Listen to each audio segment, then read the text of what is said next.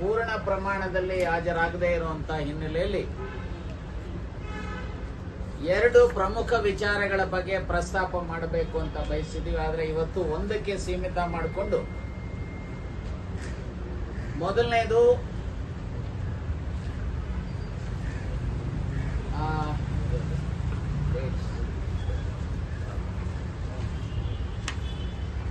Okay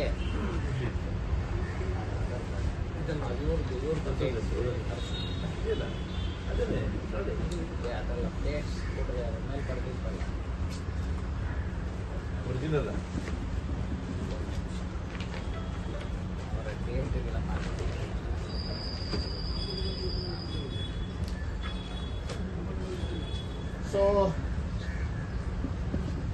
ರಾಷ್ಟ್ರ ಕಂಡಂತ ಅತ್ಯಂತ ಅಪರೂಪದ ರಾಜಕಾರಣಿ, ಕರ್ನಾಟಕ ರಾಜ್ಯವನ್ನ ಸುಮಾರು 8 ವರ್ಷಗಳ ಕಾಲ ರಾಜ್ಯದ ಮುಖ್ಯಮಂತ್ರಿಯಾಗಿ ಜನಪರವಾದಂಥ ಕಾಳಜಿಯನ್ನ ಮತ್ತು ಕಾರ್ಯಕ್ರಮಗಳನ್ನ ತೋರಿದಂತ ಸನ್ಮಾನ್ಯ ದಿವಂಗತ ದೇವರಾಜ ಅರಸರವರು 20/8/1915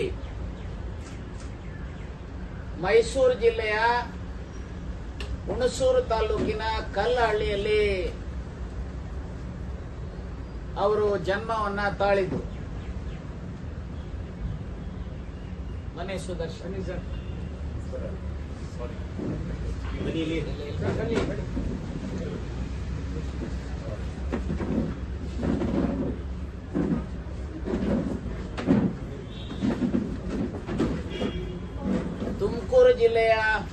ಮೈಸೂರು ಜಿಲ್ಲೆಯ ಹುಣಸೂರು ತಾಲೂಕಿನ ಕಲ್ಲಹಳ್ಳಿನಲ್ಲಿ ದಿನಾಂಕ 20/8/1915 ಅವರು ಜನ್ಮ ತಾಳಿದ್ರು. ಅವರು 6/6/1982 ಅವರು ನಮ್ಮನ್ನ ಅಗಲಿದ್ದಾರೆ.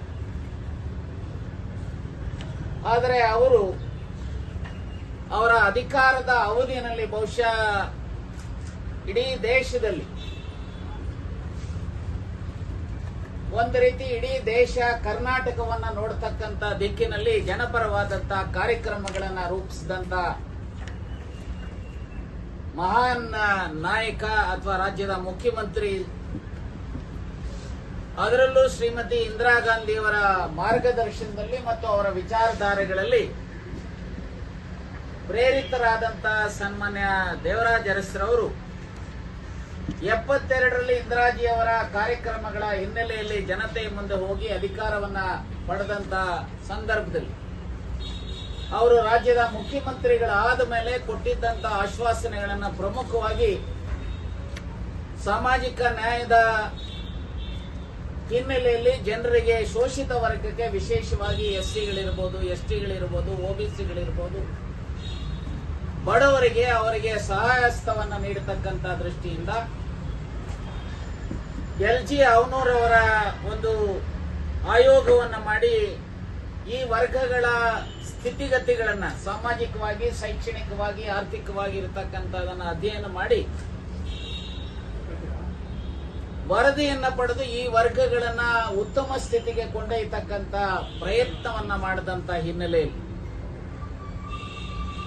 ಅವರು ಒಂದು ಕಡೆ ಅವನೂರ ವರದಿಯನ್ನ ಜಾರಿಗೆ ತರತಕ್ಕಂಥದ್ದು, ಮತ್ತೊಂದು ಕಡೆ ನವೆಂಬರ್ 1, 1972 ಅವರು ಕೊಟ್ಟಿರತಕ್ಕಂಥ ಆಶ್ವಾಸನೆಗಳ ಹಿನ್ನೆಲೆಯಲ್ಲಿ ಆಗಿನ ಮೈಸೂರು ರಾಜ್ಯವನ್ನ ಕರ್ನಾಟಕ ರಾಜ್ಯ ಅಂತ ಹೇಳಿ ಘೋಷಣೆ ಮಾಡಿ ಜಾರಿಗೆ ತಂದಿರತಕ್ಕಂಥದ್ದಿರ್ಬೋದು. ಹಾಗೆ 1/3/1974 ಯಾರು ಉಳುವವನಿಗೆ ಭೂಮಿ ಅನ್ನುವಂತ ಏನು ಆಶ್ವಾಸನೆ ಕೊಟ್ಟಿದ್ರು, ಆ ಉಳ್ಳವರ ಜಮೀನನ್ನು ಯಾರು ಗೇಣಿ ಮಾಡ್ತಾ ಇದ್ರು ಅವರಿಗೆ ಗೇಣಿ ಕೊಡ್ತಕ್ಕಂತ ಕೆಲಸವನ್ನ ಮಾಡಿ, ಅಷ್ಟೇ ಅಲ್ಲ ಊರಿನ ಜನ ಮೊನ್ನೆ ನಾವು ಹೋದಂತ ಸಮಯದಲ್ಲಿ ಹಿರಿಯರು ಹೇಳ್ತಾ ಇದ್ರು 100 ಎಕರೆ ಅವರೇನು ಜಮೀನಿತ್ತು, ನಾವು ಕಾನೂನು ಮಾಡಿ ನನ್ನ ಜಮೀನನ್ನ ಕೊಡ್ತಾ ಇದ್ರೆ ಅಷ್ಟೊಂದು ಸಮಂಜಸ ಅಲ್ಲ ಅಂತೇಳಿ ಯಾರೆಲ್ಲ ಗೇಣಿದಾರರಿದ್ರು ಅವರಿಗೆ ಆ ಜಮೀನನ್ನ ಹಂಚಿಕೆ ಮಾಡಿರ್ತಕ್ಕಂಥದನ್ನ ನಾವು ಅಲ್ಲಿ ನೋಡ್ಲಿಕ್ಕೆ ಸಾಧ್ಯತೆ ಇದೆ. ಹಾಗೆ ಅಲ್ಲಿ ಜೀತ ಪದ್ಧತಿ ರಾಜ್ಯದಲ್ಲಿ ಇರ್ತಕ್ಕಂಥದ್ದು. ಜೀತ ಪದ್ಧತಿಯನ್ನ ನಿರ್ಮೂಲನೆ ಮಾಡತಕ್ಕಂತ ದೃಷ್ಟಿಯಿಂದ ಕಾನೂನನ್ನ ಋಣಮುಕ್ತ ಕಾಯ್ದೆಯನ್ನ ಜಾರಿಗೆ ತಂದಂತಹದನ್ನ ನಾವು ಇತಿಹಾಸದಲ್ಲಿ ಕಾಣಲಿಕ್ಕೆ ಸಾಧ್ಯತೆ ಇದೆ. ಸಮಾಜದಲ್ಲಿ ಅತ್ಯಂತ ಕೆಟ್ಟ ಪರಿಸ್ಥಿತಿಯಲ್ಲಿದ್ದಂತ ಈ ಮೊಲ ಹೊರತಕ್ಕಂತ ಪದ್ಧತಿಯನ್ನ ಅಬಾಲಿಷ್ ಮಾಡತಕ್ಕಂತ ಅದಕ್ಕೆ ಕಾನೂನು ರೂಪಿಸಿದಂತದ ಇದೆ. ಅದೇ ರೀತಿಯಲ್ಲಿ ಈ ಸಾಲದ ಸುಳಿಯಲ್ಲಿದ್ದಂಥವು, ಸೊ ಯಾರು ಈ ಸಾಲದಿಂದ ಮುಕ್ತರಾಗುವಂತದಕ್ಕೆ ಋಣಮುಕ್ತ ಕಾಯ್ದೆಯನ್ನ ಜಾರಿಗೆ ತಂದಿರತಕ್ಕಂಥದನ್ನು ನಾವು ನೋಡ್ಲಿಕ್ಕೆ ಸಾಧ್ಯತೆ ಇದೆ. ಯಾವ ಯುವಕರು ನಿರುದ್ಯೋಗಿಗಳು ಯುವಕರು ಯುವತಿಯರು ಅಂತವರಿಗೆ ಈ ಸ್ಟೈಫಂಡ್ರಿ ಸಿಸ್ಟಮ್ ಅನ್ನ ಜಾರಿಗೆ ತರೋದ್ರ ಮೂಲಕ ಸೊ ಉದ್ಯೋಗವನ್ನ ಸೃಷ್ಟಿ ಮಾಡಿ ಅವರಿಗೆ ಈ ರೀತಿ ಅನೇಕ ಜನಪರವಾಗಿರ್ತಕ್ಕಂಥ ಕಾರ್ಯಕ್ರಮಗಳನ್ನ, ಅಷ್ಟೇ ಅಲ್ಲ ಜನತಾ ಮನೆಗಳನ್ನ ಕಟ್ಟಿಸಿಕೊಡ್ತಕ್ಕಂಥ ಅತ್ಯಂತ ಕಡಿಮೆ ವೆಚ್ಚದಲ್ಲಿ ಜನತಾ ಮನೆಗಳನ್ನ ಕಟ್ಟಿಸಿಕೊಡ್ತಕ್ಕಂಥ ಕಾರ್ಯಕ್ರಮವನ್ನ ಜಾರಿಗೆ ತರೋದ್ರ ಮೂಲಕ ಬಡವರಿಗೆ ಒಂದು ರೀತಿ ಆಶ್ರಯದಾತರಾಗಿ ಆ ರೀತಿಯ ಮನೆಗಳನ್ನ ಮಾಡ್ತಾ ಇದ್ದಂತ ಯಾರೋ ಒಂದು ಸಂದರ್ಭದಲ್ಲಿ ಒಬ್ರು ಕಾಂಟ್ರಾಕ್ಟರ್, ಮೈಸೂರಿನ ಒಬ್ಬರ ಕಾಂಟ್ರಾಕ್ಟರ್ ಹೋಗಿ, ಸರ್ ನೀವು ಮುಖ್ಯಮಂತ್ರಿಗಳಿದ್ದೀರಿ, ನಿಮ್ಮ ಮನೆ ನಾಡ ಹೆಂಚಿನ, ಮಂಗಳೂರು ಹೆಂಚಲ್ಲ ನಾಡ ಹೆಂಚಿನ ಮನೆ, ಅದರಲ್ಲೂ ಬಿದಿರಿನ ಗಳಗಳನ್ನ ಹಾಕಿದ್ದೀರಿ, ಸೊ ನಾವು ಒಳ್ಳೆಯ ಮನೆಯನ್ನ ಕಟ್ಟಿಸ್ಕೊಡ್ತೀವಿ ಅಂತ ಹೇಳಿದಾಗ ಅವರು ಕಣ್ಣಲ್ಲಿ ನೀರು ಹಾಕಿ ನಕ್ಕು, ಹೌದಪ್ಪ ರಾಜ್ಯದಲ್ಲಿ ಲಕ್ಷಾಂತರ ಜನ ಇವತ್ತು ಬಡವರಿದ್ದಾರೆ, ಮನೆಗಳಿಲ್ಲ, ಗಾಳಿ ಬೆಳಕು ಮಳೆ ಇದಕ್ಕೆಲ್ಲ ಅವರ ಜೀವನ ಇವತ್ತು ಬಹಳ ದುಸ್ತರವಾಗಿರ್ತಕ್ಕಂಥ ಸ್ಥಿತಿಯಲ್ಲಿದೆ. ಮೊದಲು ಆ ಜನರಿಗೆ ಮನೆಗಳನ್ನ ಕಟ್ಟಿಸ್ಕೊಡಿ, ನಂತರ ನಮ್ಮ ಮನೆಗಳನ್ನ ಕಟ್ಟಿಸ್ಕೊಡೋರಿ ಅನ್ನುವಂತ ಮಾತನ್ನ ಹೇಳಿರ್ತಕ್ಕಂಥದನ್ನ ಸೊ ಆ ಭಾಗದ ಆ ಊರಿನ ಜನ ಮೊನ್ನೆ 6ನೇ ತಾರೀಕು ನಾವು ನಮ್ಮ ಸ್ನೇಹಿತರು ಹೋದಂತ ಸಮಯದಲ್ಲಿ ಈಗಲೂ ಸಹ ಅದನ್ನ ನೆನೆಸ್ತಾ ಇದ್ದಾರೆ. ಸೊ ನನಗೆ ಆ ಸಂದರ್ಭದಲ್ಲಿ ನಾವೆಲ್ಲ ಹೋದಂತ ಸಮಯದಲ್ಲಿ ನಮಗೆ ಬಹಳ ನೋವಾದಂಥದ್ದು ಆ ಮನೆ. ನಿಮಗೆ ನಿಮ್ಮ ಈ ಒಂದು ಲೆಟರ್ನ ಜೊತೆಯಲ್ಲಿ ಕೆಲವು ಫೋಟೋಸ್ ಅನ್ನ ನಿಮಗೆ ಹಾಕಿದ್ದೆ, ಆ ಹಿಂದ್ಗಡೆ ಆ ಫೋಟೋಸ್ ಅನ್ನ ಇರತಕ್ಕಂಥದ್ದಿದೆ. ಮತ್ತೆ ಆ ಮನೆಯಿಂದ ಸುಮಾರು ಕೂಗಳತೆಯ ದೂರದಲ್ಲಿ ಅವರ ಸಮಾಧಿ ಇದೆ. ಅವರ ಸಮಾಧಿ ಅವ್ರದ್ದು, ಅವರ ಶ್ರೀಮತಿಯವ್ರದ್ದು, ಅವರ ಮಗಳದು, ಮತ್ತೆ ಅವರ ಅಳಿಯ ಅವರು ಇರತಕ್ಕಂಥದ್ದನ್ನು ಸಹ ಅದು ಸಹ ಇವತ್ತು ಬಹಳ ಕೆಟ್ಟ ಸ್ಥಿತಿಯಲ್ಲಿ ಇರ್ತಕ್ಕಂಥದ್ದಿದೆ. ಸೊ ಹಾಗಾಗಿ ನಾನು ಇಷ್ಟೇ ಈ ಸಂದರ್ಭದಲ್ಲಿ ಹೇಳ್ತೇನೆ, ಬಹುಶಃ ದೇಶ ಕಂಡಂತ ಅಥವಾ ರಾಜ್ಯ ಕಂಡಂತ ಅಪರೂಪ ರಾಜಕಾರಣಿಯ ಮನೆ ಇವತ್ತು ಅತ್ಯಂತ ಕೆಟ್ಟ ಸ್ಥಿತಿನಲ್ಲಿ ಇರ್ತಕ್ಕಂಥದ್ದು, ಶಿಥಿಲಾವಸ್ಥೆಯಲ್ಲಿ ಇರ್ತಕ್ಕಂಥದ್ದು. ಸೊ ಅದರ ಜೊತೆಗೆ ಅಲ್ಲಿರುವಂತಹ ಹೆಂಚುಗಳು ಬಿದ್ದೋಗಿರ್ತಕ್ಕಂಥದ್ದು. ಆ ಮನೆಯಲ್ಲಿ ನೂರಾರು ಫೋಟೋಸ್ ಹೀಗೆ ಸುತ್ತಲೂ ಹಾಕಿದ್ದಾರೆ. ಇಂದಿರಾ ಗಾಂಧಿ ಅವರ ಜೊತೆಯಲ್ಲಿದ್ದಂಥದ್ದು, ಶಾಸ್ತ್ರಿ ಅವರ ಜೊತೆಯಲ್ಲಿದ್ದಂಥದ್ದು, ಅನೇಕ ರಾಷ್ಟ್ರ ನಾಯಕರ ಜೊತೆಯಲ್ಲಿ ಅವು ಸಹ ಒಂದು ರೀತಿ ಅನಾಥ ಸ್ಥಿತಿನಲ್ಲಿ ಇವತ್ತು ಕಾಣ್ತಾ ಇದ್ದಾರೆ. ಅಷ್ಟೇ ಅಲ್ಲ, ಅವರೇ ಕಟ್ಟಿಸಿರ್ತಕ್ಕಂಥ ಜ್ವಾಲಾದೇವಿ ಅನ್ನುವಂಥದ್ದು ಮತ್ತು ಚಂದ್ರಪ್ರಭಾ ಅನ್ನುವಂತ ಜೈನರ ಟೆಂಪಲ್ ಅನ್ನು ಅವರು ಕಟ್ಟಿಸಿದ್ದಾರೆ. ಆ ಟೆಂಪಲ್ ಸಹ ಇವತ್ತು ಅತ್ಯಂತ ಕೆಟ್ಟ ಸ್ಥಿತಿನಲ್ಲಿ ದುಸ್ಥಿತಿನಲ್ಲಿ ಇರ್ತಕ್ಕಂಥದನ್ನ ನಾವು ಕಾಣ್ಲಿಕ್ಕೆ ಸಾಧ್ಯತೆ ಇದೆ. ಆ ಫೋಟೋನು ಸಹ ಹಾಕಿದ್ದೇವೆ.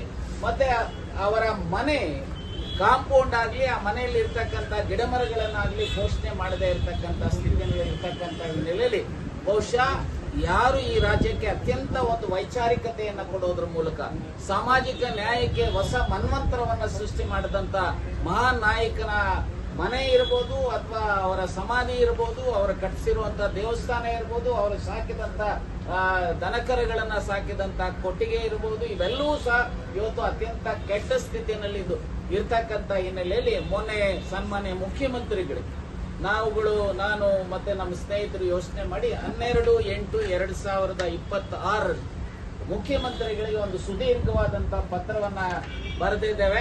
ಸೊ ಇವತ್ತು ಬೆಳಗ್ಗೆನೂ ಸಹ ಅವರ ಜೊತೆನಲ್ಲಿ ಮಾತನಾಡಿ ಆ ಪತ್ರದಲ್ಲಿ ಮೊನ್ನೆ ಆದೇಶವನ್ನ ಮಾಡಿದ್ದಾರೆ. ಜಿಲ್ಲಾ ಅಧಿಕಾರಿಗಳಿಗೆ ಸೂಚನೆ ಕೊಟ್ಟು ರಿಪೋರ್ಟ್ ಅನ್ನ ತರಿಸಿ ಇದರ ಮೇಲೆ ಕ್ರಮ ಜರುಗಿಸುವಂತದಕ್ಕೆ ಹೇಳಿದ್ದಾರೆ. ಇವತ್ತು ಬೆಳಗ್ಗೆನೂ ಮಾತನಾಡಿದಾಗ ಸೊ ನಾಳೆ ಏನೋ ಅವರ ಹುಟ್ಟು ಹಬ್ಬ ಇದೆ, ಈ ಸಂದರ್ಭದಲ್ಲಿ ಅವರು ಸೊ ಅಲ್ಲಿ ಆ ಕಾಯಕಲ್ಪವನ್ನು ಮಾಡತಕ್ಕಂಥ ಮತ್ತು ಅಲ್ಲಿ ಅಭಿವೃದ್ಧಿಯನ್ನು ಮಾಡತಕ್ಕಂಥ ಅದಕ್ಕೆ ಹಣ ಬಿಡುಗಡೆ ಮಾಡೋದರ ಮೂಲಕ ಮತ್ತು ಒಂದು ಇದನ್ನ ರಾಷ್ಟ್ರೀಯ ಸ್ಮಾರಕ ಮಾಡೋದಕ್ಕೆ ಮಾಡಿ ಇದು ಸಾಮಾಜಿಕ ನ್ಯಾಯದ ಒಂದು ಕೇಂದ್ರ ಆಗುವಂತ ರೀತಿಯಲ್ಲಿ ಮಾಡಬೇಕು ಅಂತ ಹೇಳಿ ನಾವೆಲ್ಲರೂ ಸಹ ಏನು ದೇವರಾಜ ಅರಸರವರು ಮತ್ತು ಕಾಂಗ್ರೆಸ್ಸಿನ ಇಂದಿರಾಜಿಯವರ ವಿಚಾರಧಾರೆಗಳಲ್ಲಿ, ಯಾಕಂದ್ರೆ ಇಂದಿರಾಜಿಯವರು ಅತ್ಯಂತ ಪ್ರಮುಖರಾಗ್ತಾರೆ, ಅವರ ವಿಚಾರಧಾರೆಯ ಹಿನ್ನೆಲೆಯಲ್ಲಿ ಅವರ 25 ಪ್ರೋಗ್ರಾಮ್ಸ್ ಇರ್ಬೋದು ಅಥವಾ ಇನ್ನಿತರ ಕಾರ್ಯಕ್ರಮಗಳನ್ನ ಅವರಿಂದ ಪ್ರೇರಿತರಾಗಿ ದೇವರಾಜ ಅರಸರವರು ರಾಜ್ಯದಲ್ಲಿ ಮಾಡಿರ್ತಕ್ಕಂಥ ಹಿನ್ನೆಲೆಯಲ್ಲಿ ಸೊ ಹಾಗಾಗಿ ಕಾಂಗ್ರೆಸ್ಸಿನ ಆಡಳಿತ ಇರತಕ್ಕಂಥ ಹಿನ್ನೆಲೆಯಲ್ಲಿ ಅನೇಕರು ಅವರ ಬಗ್ಗೆ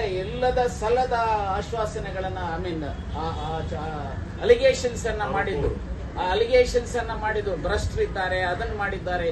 ನಾನು ಇಷ್ಟೇ ಹೇಳ್ತೇನೆ, ಬಹುಶಃ 8 ವರ್ಷ ಮುಖ್ಯಮಂತ್ರಿ ಆಗಿರುವಂತವ್ರು ಈ ಬಿದಿರಿನ ಗಡದಲ್ಲಿರುವಂತ ಹೆಂಚಿನ ಮನೆ, ನಾಡು ಹೆಂಚಿನ ಮನೆಯಲ್ಲಿ ಇರ್ತಾರೆ ಅಂತ ಹೇಳಿದ್ರೆ ಯಾರು ಸಹ ನಂಬಲಿಕ್ಕೆ ಸಾಧ್ಯತೆ ಇಲ್ಲ. ನಾನು ಇಷ್ಟೇ ಹೇಳ್ತೇನೆ, ನನ್ನ ಬದುಕಿನಲ್ಲಿ ಯಾರಾದರೂ ಅತ್ಯಂತ ಸರಳ, ಸಜ್ಜನಿಕೆಯ, ಪ್ರಾಮಾಣಿಕ ರಾಜಕಾರಣಿ ಅಂತ ಯಾರಾದರೂ ನಾವು ನೋಡೋದಾದಲ್ಲಿ ಅದು ಸನ್ಮಾನ್ಯ ದೇವರಾಜ ಅರಸರವರನ್ನು ನೋಡ್ಲಿಕ್ಕೆ ಸಾಧ್ಯತೆ ಇದೆ. ನಾನು ನಿಮ್ಮ ಮೂಲಕ ಹೇಳಿಕೆ ಬಯಸ್ತೇನೆ, ಇಡೀ ರಾಜ್ಯದ, ರಾಷ್ಟ್ರದ ಯುವಕರು, ಯುವತಿಯರು ಈ ರೀತಿಯ ಸರಳ, ಸಜ್ಜನಿಕೆಯ, ಸಮಾಜಮುಖಿಯಾಗಿ ಕೆಲಸ ಮಾಡಿರ್ತಕ್ಕಂಥ ದೇವರಾಜ ಅರಸರ ಮನೆ ಉಳಿಬೇಕಾಗುತ್ತೆ. ಅದರ ದುಸ್ಥಿತಿಯಲ್ಲಿರೋದನ್ನ ಸುಸ್ಥಿತಿಗೆ ತರ್ತಕ್ಕಂಥದ್ದು ಮತ್ತೆ ಅದನ್ನ ರಾಜ್ಯ ಸರ್ಕಾರ ಬಹುಶಃ ಒಂದು ಸಾಮಾಜಿಕ ನ್ಯಾಯದ ಕೇಂದ್ರವನ್ನಾಗಿ ಅಭಿವೃದ್ಧಿ ಮಾಡತಕ್ಕಂಥ ಅದಕ್ಕೆ ರಾಜ್ಯ ಸರ್ಕಾರ ಮಾಡಬೇಕು ಅಂತ ಹೇಳಿ ನಾವೆಲ್ಲರೂ ಸಹ ಅತ್ಯಂತ ಮನಪೂರ್ವಕವಾಗಿ ರಾಜ್ಯ ಸರ್ಕಾರವನ್ನು, ಯಾಕಂದ್ರೆ ಸನ್ಮಾನ್ಯ ಮುಖ್ಯಮಂತ್ರಿಗಳು ದೇವರಾಜ ಅರಸರ